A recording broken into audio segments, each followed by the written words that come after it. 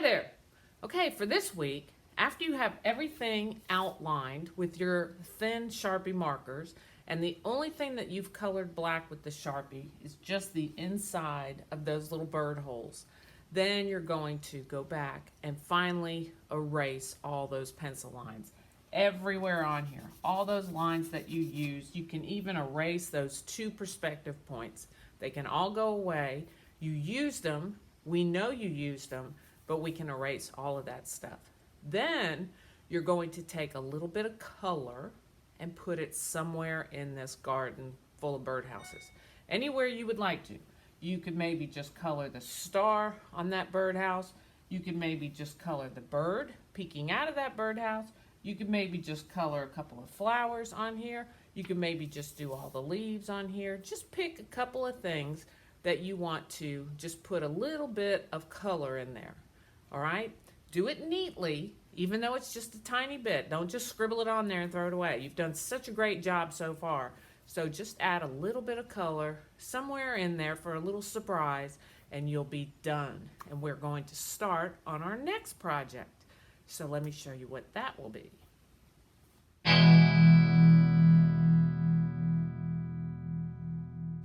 Roy Lichtenstein is an American pop artist who worked during the 60s and 70s along with people like Andy Warhol in New York City. He used images from comic strips and advertisements, and his style mimics the crude painting process of newspaper and reproduction. Roy Lichtenstein went on to create more than 5,000 paintings, prints, drawings, sculptures, murals, and other objects. He studied art and music throughout school. He was drafted in 1943 and sent to Europe, where he served in France in the infantry. When he came back from the war, then he completed his college degree with a Bachelor in Fine Arts, and he was even asked to join the faculty at that university. Lichtenstein married Isabel, and she ran an art gallery, and they had 2 children. He went on to get his master's degree and was quite influenced by one of his professors called Holt Sherman, who questioned why some art is considered good art and other art is considered not good art. Lichtenstein also began to teach Sherman's method on how to organize and unify a composition. We're going to work on compositions from this one. He was so appreciative of Sherman's ideas that he even named his son's middle name Holt, Sherman's first name also. Lichtenstein was fascinated by Sherman's idea of good and bad art, and he sought to challenge the art world, and especially those people who would say this is only good and this is only bad.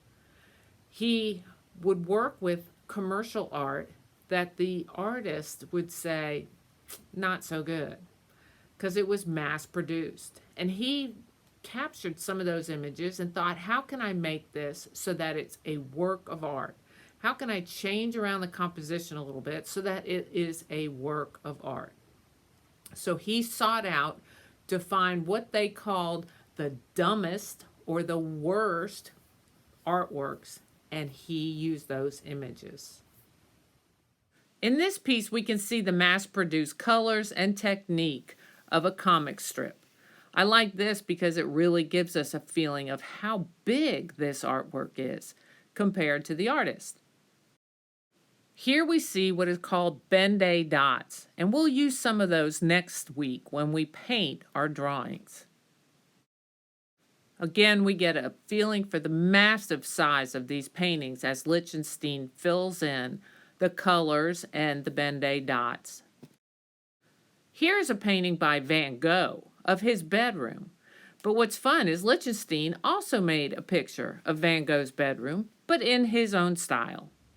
So your first step is going to be to pick a cartoon frame. Just one frame from the whole cartoon series. So you can see that these Charlie Brown ones all go together, but you're just going to pick one of those little frames in there. And it could be anything, just depending on what kind of person you want to draw. And then you're going to change it For example, if I wanted to use this man, I could do that. Or if I wanted to use just him, I could do that. If I wanted to use just the mom and not all those toys and the child in the background, I could certainly do that. He's easy because he's all by himself anyway. So you can make any of these work the way you want to, just like Lichtenstein did. He took the comics from popular culture and then he made them his own in his artwork. So first select one comic frame. So once you select what frame you're going to use, then you need to try to figure out how you can make it look like the style of Roy Lichtenstein. It's still going to be your artwork, but it's going to be in his style, which is that cartoon style. And he loves to really crop and zoom in on his subject. So if I look at some of Lichtenstein's work, I can see how closely he has cropped in on the faces of his images. In fact, the man in this picture who is talking, all we see is the back of his ear and his shoulder over here. We don't even see a lot of him. We see more of her, and it's really cropped in close. In fact, the word bubble is on top of the image. Whereas when I look at Garfield, he's pretty far away from his word bubble, and there's tons of background in there. So I'm going to make him look more like this style as far as composition goes. So that's where these tools come in. These are called cropping L's because, of course, they look like an L. And I can take my cartoon and I can place this on top of the cartoon. And then I can take the other one and put it this way. And I can actually work this into a composition that I think will work. I think I'm going to do away with Garfield's feet a little bit. I will bring that speech bubble way, way down closer to his face. And there's my square composition right there. If you can imagine, the speech bubble will be up above his head. So once you have cropped out the excess and you have a good area you can look at to draw, then just take a little piece of tape and kind of just put it right on there so that the L's don't move anymore, and it will hold on to your picture so that you can use that composition to draw. Okay, so here's my square piece of paper, and here's my composition in a square. So you can see that there's sort of a ground line back there. Again, I'm gonna draw super light, okay? Then Garfield's got his big fat belly in the middle. He's got his head kind of right there. And then I'm going to put a speech bubble right up in here. We don't see it on here, but I'm working in the style of Roy Lichtenstein, and so that's what I'm going to use. And I can always put a couple of those little bubbles down there. So let me work this out and draw it on there. I'll have his little hand right here. You can see how lightly I'm sketching it in, and then I'll go back and fill in those details more precisely. So let me work on that. Okay, so I have taken my little composition and I have put it on this square piece of paper, a lot bigger, but you can see how it's the same image. And then in this space up here, I put my speech bubble. So now my job is to figure out what to put into that speech bubble that could be a little bit current. It could be about school, it can be about Hollywood, movies, anything that's going on right now, even something in school, that would be fine too. And then when you have everything just the way you want it, nice and light, you're going to outline with a Sharpie. One of the things I want you to notice is how some of the lines are put together. So if we look at Garfield really closely, you can see that his stripes, because he's a cat with stripes, are really made of lines. They're not solid.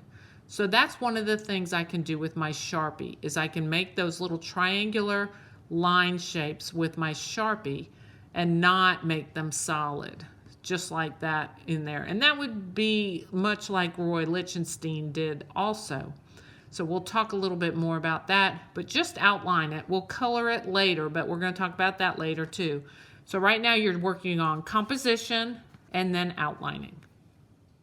Okay, if I look at Garfield, then I have to ask myself, he looks exhausted. So why is he exhausted, and how can I make that current to what's going on in the world today? So what I've decided is he's going to say, is coronavirus over yet? He's exhausted from dealing with coronavirus. All right? So here is Garfield, and I penciled in, is coronavirus over yet? Now, when you do your letters in a speech bubble, you want the letters to fill the bubble. Don't make these itty bitty little letters inside this big gigantic bubble. And you can also see, okay, so as I was saying before my dog decided to bark at every leaf that goes by in the front yard, if you notice, I started off with some well-spaced letters here, and then coronavirus just got all jammed up at the back. So that's why we do this stuff in pencil first. I'm going to make sure that I erase it really good and go back and space those letters out a little bit better so that they will not jam up at the end. So do it big and do it so that it fits the space neatly in pencil first, and then trace over it with your marker, okay? And there we go. Everything is filled in with the Sharpie. So now it is time to erase pencil lines. Okay, I erased all my pencil lines. I would like for you to get this far today, and then we will paint or color it next time. So you want to pick one frame of a cartoon. You want to crop the image and change it into a good composition, much like Roy Lichtenstein. And then you want to give it some kind of current flair in your speech bubble. It could be about the Kardashians. It could be something about Woodacres. It could be anything you want to. You can, sky's the limit. You can really make it something that's current and applicable to our situation here.